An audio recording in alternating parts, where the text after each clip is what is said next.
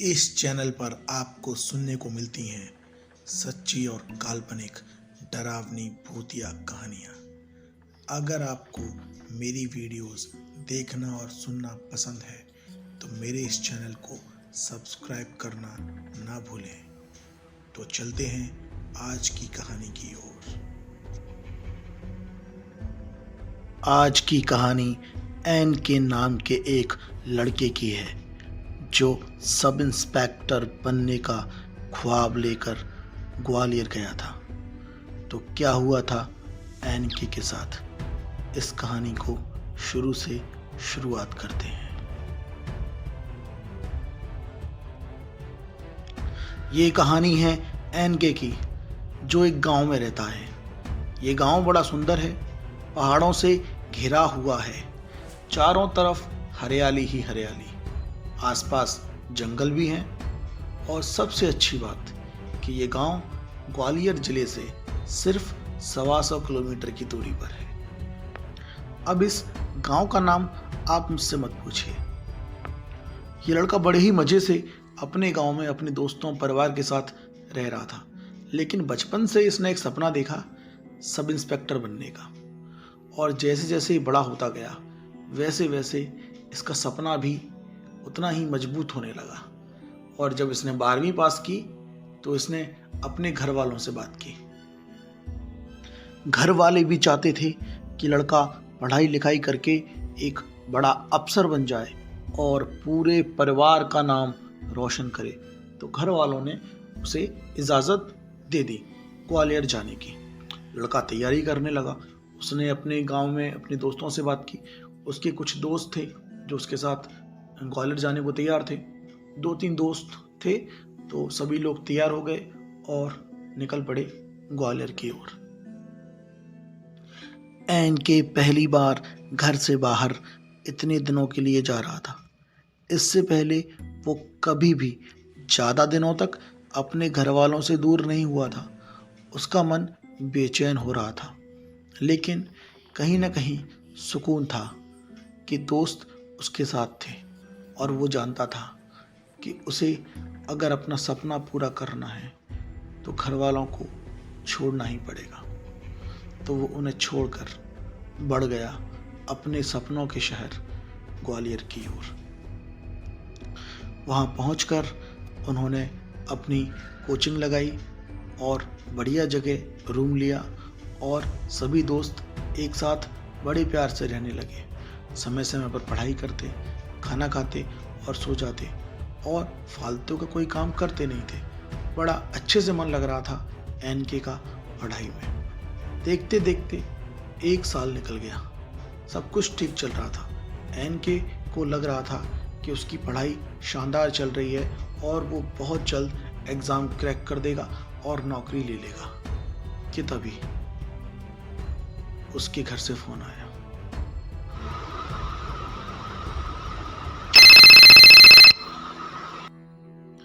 ये फ़ोन था उसके चाचा का। चाचा जो नहीं चाहता था कि एन के पढ़ाई करे। वो नहीं चाहता था कि एन के सब इंस्पेक्टर बने। ये चाचा बड़ा ही मीठा था। बोलता था तो ऐसा लगता था जैसे कि शहद टपक रहा है जुबान से, लेकिन उसके मन में था जहर, जिसके बारे में एन के को नहीं पता था। फोन पर चाचा बोला, अरे बेटा एन के कहाँ है? तो एन के बोला, अरे चाचा जी मैं ग्वालियर हूँ, बस कोचिंग से आया हूँ, पढ़ाई कर रहा हूँ। उधर से चाचा बोला, क्या बेटा नो ही लगो है, तू तो पढ़ाई करे वे को छोड़ नौकरी ने, मैं तेई नौकरी लगवा देंगो 10-12 हज़ार घर ते कमाइयो तो का करना नहीं फालतू में ग्वालियर रह के। तो एन के बोला, हाँ चाचा जी अगर मुझे ज़रूरत होगी तो आपको बता दूंगा। एन के को लगा मेरे चाचा कितने अच्छे हैं, हमेशा मेरे बारे में सोचते रहते हैं। लेकिन चाचा के मन में जो चल रहा था वो किसी को नहीं मालूम था। किसी को भी नहीं। अब चाचा ने एनके के घर वालों से उसकी उल्टी सीधी लगाना शुरू कर दिया। तुमने पतो ना ने क्यों पहुंचाए दो वो मोड़ा ग्वालियर, तुमने पतो वे वो का कत्ते वे हैं नो नहीं कि मैंने कही ताको चंग पहुंचाए दे भाई, वे तो सीधो डीएसपी बने वो हैं, और नहीं तो बुला लियो जे मैं भाई नौकरी लगवा देंगे, गत्ते नौकरी करिए बुला लियो भाई। घर वाले भी चाचा की बातों में आ गए और उन्होंने एनके को वापस घर बुला लिया। घर वापस आने के बाद कुछ 3 से 4 महीने बीत गए, लेकिन अब तक एनके के चाचा ने एनके की नौकरी नहीं लगवाई। बेचारा एनके घर बैठे बैठे परेशान हो गया। वो समझ चुका था कि चाचा उसकी नौकरी तो नहीं लगवाएगा, तो उसने अपने घर वालों से फिर ग्वालियर जाने को कहा। उसने कहा कि तैयारी करूंगा, कुछ बन जाऊंगा। घर वाले फिर से उसकी बात मान गए और उसे ग्वालियर पहुंचा दिया। लेकिन ये बात चाचा को पसंद बिल्कुल नहीं आई। चाचा मन ही मन जल रहा था, गुस्सा हो रहा था, लेकिन जब मिलता तो बड़ी खुशी से बात करता। लेकिन एक इंसान था जो एनके के चाचा के मन की हर बात को पढ़ लेता था। वो था एनके का बड़ा भाई। अब उसका नाम मुझसे मत पूछना। इधर एनके ग्वालियर आ चुका था, लेकिन इस बार उसका कोई दोस्त उसके साथ नहीं आया था, क्योंकि उसके दोस्त पहले वापस गए नहीं थे। कोई कहीं और चला गया था, कोई कहीं और चला गया था। अब अकेला एनके था। उसने अपने भाई को कॉल किया और बोला, भैया मुझे ग्वालियर में अकेले रहना है, मैं क्या करूं, रूम ले लूं या हॉस्टल? तो उसके भाई ने बोला कि एक काम कर, तू 1 महीने के लिए हॉस्टल ले ले, अगर तुझे ठीक लगे तो रह लेना, नहीं तो फिर सेपरेट रूम ले लेना। एनके को उसके भाई की बात जमी। उसने क्या किया कि 1 महीने के लिए हॉस्टल ले लिया। हॉस्टल काफ़ी अच्छा था और जो रूम एनके को मिला था वो था कमरा नंबर 5। उस कमरे में 3 बेड थे। एक बेड खाली था, दूसरे बेड पर कोई लड़का रहता था और बीच वाला जो बेड था वो बेड मिला था एनके को। 2-3 दिन बड़े आराम से बीते, लेकिन फिर एनके ने डिसाइड किया कि वो रात में लेट नाइट स्टडी करेगा। और एक दिन उसने पढ़ाई करना शुरू किया, तो पढ़ते पढ़ते रात के 1:15 या 1:30 बज गए और एनके को पता ही नहीं चला। पर जब उसने टाइम देखा तो उसने तुरंत अपनी बुक्स बंद करी और कमरे की लाइट बंद करने के लिए वो उठ गया, क्योंकि उसको सुबह उठकर कोचिंग भी जाना था। अब जो लाइट का बोर्ड था वो मतलब गेट के पास था। जैसे कि बीच में लाइट का बोर्ड है, लेफ्ट साइड में कांच की खिड़की है और राइट हैंड साइड में गेट था। तो उसने लाइट्स को बंद कर दिया।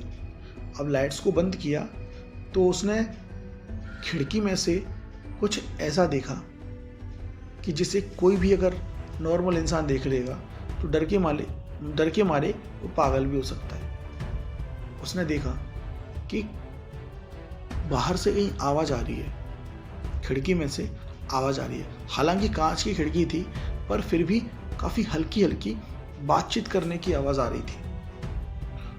उसने धीरे से गेट को खोला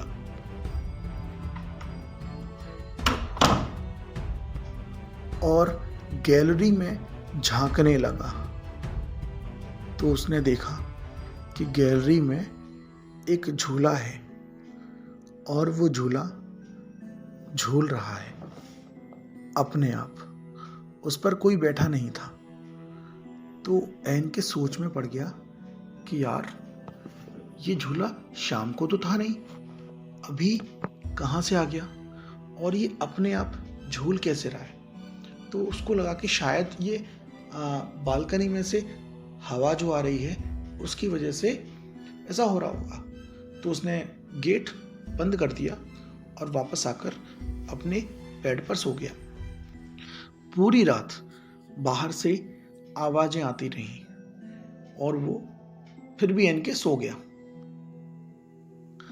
अगले दिन उसने अपने दोस्तों को इस बारे में बताया तो सभी हंसने मुस्कुराने लगे कि ये पागल हो गया है, हम तो 2 साल से इस हॉस्टल में रह रहे हैं, हमने तो ऐसा कुछ नहीं देखा। लेकिन तभी एक लड़का जिसका नाम था अमित, उसने एनके को बताया कि भाई तू सच बोल रहा है, मैंने भी यहाँ पे रात के वक्त काली साड़ी में एक औरत को कॉरिडोर में चलते देखा है। उसके हाथ में एक मोमबत्ती भी होती है, लेकिन मैंने आज तक ये बात किसी को बताई नहीं। उसी रात जब एनके सो रहा था तो उसे एक अजीब सी आवाज़ सुनाई दी। उसे शुरुआत में लगा कि ये किसी जानवर की आवाज़ है, लेकिन एनके ने ज़्यादा ध्यान नहीं दिया। उसे फिर से वही आवाज़ सुनाई देने लगी तो वो सोचने लगा, बल्कि उसे भरोसा हो गया कि इस घर में कोई भूत है जो मुझे डराने की कोशिश कर रहा है। खैर, एनके भूत प्रेत को बिल्कुल नहीं मानता था तो वो आराम से सो गया। लेकिन कुछ टाइम बाद एनके की नींद खुली तो उसने देखा कि उसके ऊपर जो पंखा चल रहा था, उस पंखे पे एक काला साया बैठा था। वो एनके की तरफ लगातार देखता जा रहा था, बिल्कुल काला। उस साये की सिर्फ आंखें दिख रही थी, बिल्कुल सफेद सफेद, उसके बड़े बड़े बाल, और वो लगातार एनके की ओर घूरे जा रहा था। डर के मारे एनके ने अपनी आंखें बंद कर ली। एनके इससे पहले किसी को बुलाता कि वो बेहोश हो गया। कुछ घंटे बाद जब उसे होश आया, उठकर अपने दोस्त को जगाया तो उसके दोस्त ने बोला कि नहीं यार, मैं तो पिछले 1 साल से इसी रूम में अकेले रह रहा हूँ, मैंने तो कभी ऐसा कुछ नहीं देखा, शायद तुम्हें कोई गलतफहमी हो रही है। पर एनके ने डर के मारे अगले दिन वो हॉस्टल खाली कर दिया और एक रूम ले लिया। और रूम में भी वो अकेला था, लेकिन अब वो अपने आप को सुरक्षित महसूस कर रहा था। इस नए घर में उसे लगा कि काफ़ी ठीक रहेगा और वो आराम से सामान सेट वगैरह करके और सो गया। लेकिन यहाँ भी पहली रात उसे महसूस हुआ कि उसके कान के पास किसी की गरम गरम तेज तेज सांसें चल रही हैं।